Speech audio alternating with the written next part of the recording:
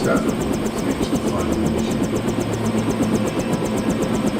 You are unaware of who Mr. Stafford is? I'm glad that he has vouched for you and granted you a clearance, otherwise we'd have to take you to the interrogation chamber. I was just curious. Sorry, Agent. Working for people like Stafford does make you feel a bit agitated at times. I've been led to believe that he is a high-ranking member of the Illuminati. And you are correct. The public knows him as Anthony Stafford, the other founder of the research collective Stafford Powell Enterprises. This mountain fortress is only known to a select group of people working in the Canadian and U.S. governments, as well as the top branch of NORAD. So what keeps MJ-12 from invading this place? We have our ways, Agent. Figures. But time is of essence. Go down the ladder, and the elevator in the adjoining room will take you to level 1. Mr. Stafford's offices are on the other side of the level. Thanks for the info.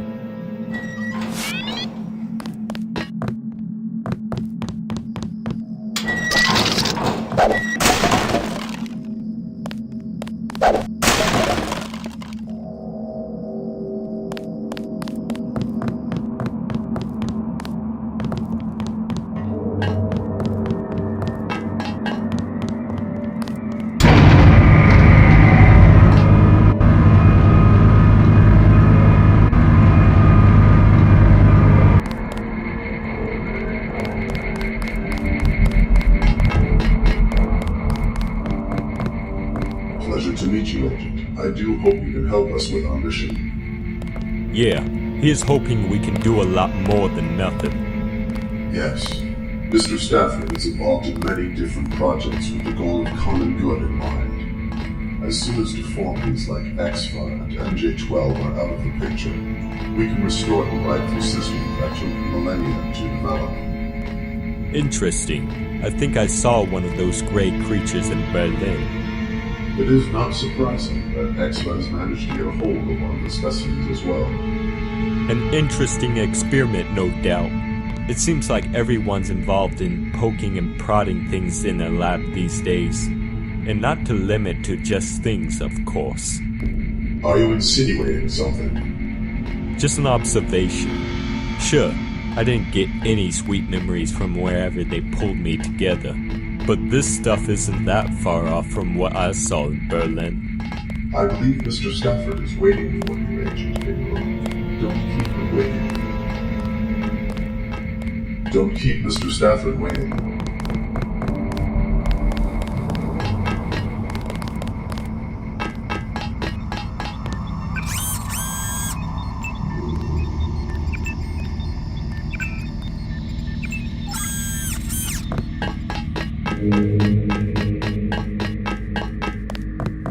A pleasure to meet you, Agent Ingram. I hope Agent is still fine to use. It's like my real first name. I guess you've heard that for most of your life, but you don't have to work for UNATCO to use that title. You've certainly shown that you can act as an agent of justice against those who hold the world hostage. So with the Illuminati in power, I suppose it's Stockholm Syndrome? There's a key difference in the way we treat our partners. The most effective partnerships come from mutual necessity, and as time has gone by, MJ-12 has eliminated the concept of partnership from their modus operandi. And the Illuminati and people being manipulated by the arms of secret organizations form an effective partnership? Admittedly, we certainly have made several mistakes in the past, such as paving the way for the creation of entities like MJ-12 and XFA. We have put a lot of thought into this during our exile. I've been in contact with Morgan Everett, the leader of the Illuminati, and it appears we are facing a real crisis from two fronts, and we must concentrate our efforts on eliminating them both. Everett? Yet another code name? Even then it would not be a unique concept to MJ-12 or the Illuminati, Agent. Do continue. Thank you. The extent of MJ-12's nano-augmentation project goes far beyond the concept of employing superhuman-like agents in trench coats all over the world. The technology that has brought your abilities as well as yourself to life is planned for far more nefarious goals. Obviously involving subjugating the world even further? I'm talking about extermination, Agent. MJ12 is planning to use their nanotechnological advances into creating a devastating global disease to which only they hold the cure. What would an organization holding most of the world under its control gain from plunging it into further chaos? In desperation, people resort to aggressive methods to gain what they want. When violence has been exhausted, the desperation ascends to another level, and they will beg for the people in power to save them. Possibly, but at any rate, MJ12 is seriously planning to go through with such a plan? And so is Exfer. You see, through their traditional industrial espionage, they've realized exactly the same things as MJ12 has. Former MJ12 scientists have formed their own groups in the US, but some have outright defected to Exfer, and with their contribution to Exfer's extant research, now both organizations are fully aware that by changing the structure of the nanomachines that enable your augmentations, they can be turned into fatal nanoagents. From what I've understood, Exfer is not anywhere near MJ12 in terms of global or even domestic control. Exactly. However, what Exfer lacks in global influence, it makes up for with their missile technology. Don't forget that the company spawned from the Soviet military. Recent conflicts have seriously damaged the power the US used to wield in the world, effectively bringing down its superpower status. All the while, Exfer has been able to research and build highly advanced missiles, after taking over a region that no one really cared about before. Exfer might possess accurate and devastating missiles, but I doubt that other nations would really abandon the merry cause of mutually assured destruction for our sake. Which is where the nanovirus comes in. Missiles might be intercepted and their capacity at wreaking havoc would then decrease, but effectively built nanoagents would spread fast and indiscriminately even then. Exfer being on its way to possess the capability to launch these infused warheads all over the world in mere moments, not to mention launching infantry that's immune to all the negative effects, has undoubtedly caught MJ12 off guard. Gee, thanks for stealing our idea. Precisely. But all things considered, the situation is still not that simple. If not before, MJ12 must now be aware of all Exfer's missile silos in Far Eastern Russia, and reports have come in from our agents that they have increased their surveillance over the area. After investigating hundreds of old Illuminati documents from the 20th century, I found evidence of a prestigious military research station called Dynamine Station, most likely located somewhere in the Arctic Ocean. Elaborate bases in the Arctic Ocean have worked so well before. Exfer was created in the 1960s as a military R&D group within the Soviet Ministry of Defense. When the turmoil of reform started in the mid-1980s, Alexei's grandfather, Gennady Novikov, took advantage of the situation and essentially performed a coup against the Illuminati and began transferring Exfer's assets into the Russian Far East where the Illuminati's influence was weaker. His actions were crucial in ending our power in Russia, leaving us longing for an eventual return. So Exfer separated from the Illuminati even before MJ12 got the same idea? More or less.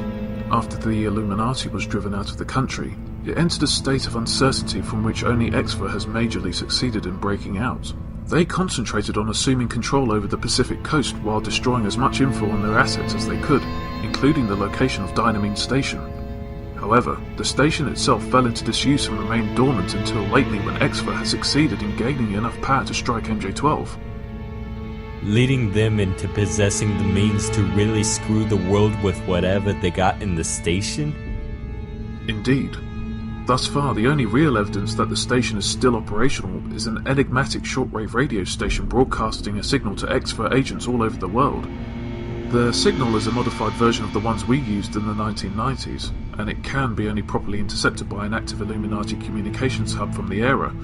There are hundreds of former hubs all over the world, but the vast majority of them have been left in ruins and are of no use to our cause.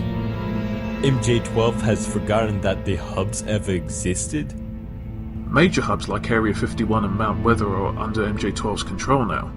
As their takeover became clear, savvy Illuminati agents destroyed a vast amount of information related to the minor hubs, so MJ12 would have no other choice than to conduct a manual worldwide search for them. In a grotesque twist, MJ12 needing the money for their nanotech projects comes to our advantage. It seems like they really need to get their act together if they seriously want to launch their worldwide virus. I have investigated tons of data gathered from old Illuminati hubs, but none of them have brought us closer to the exact location of Dynamine Station. However, we have strong hopes for the next hub that we're about to investigate, and that's where you come in, Agent Ingram. Another mission, eh? Afraid so. Our next target is a defunct hub that's located underneath the White House. It was built as a backup hub even from the beginning and was shut down in the early 2000s during various renovations. We have done our best to keep MJ12 in the dark about its existence. Stuff like falsified blueprints and preventing any staff members getting any ideas on expanding or even renovating the sub-basements. So the people who control the US government can't even look into their own basement? Kind of ironic, considering what I've heard of their laboratories on Liberty Island. We can only throw around guesses why MJ12 hasn't acted before. Illuminati agents have succeeded in eliminating certain Illuminati decryption keys from MJ12's databases. What they would have used in a US East Coast hub in the 1990s is mostly out of MJ12's reach now. And as it so happens, I am an expert in decrypting Illuminati documents from the 20th century. Why would they encrypt their own files so that people in their own organization cannot access them to begin with? Delving into the history of power struggles within the Illuminati would take its own lifetime, Agent Ingram. So what now? You're sending me to DC in order to find out where Dynamine's station is, and then we're gonna pay them a little visit?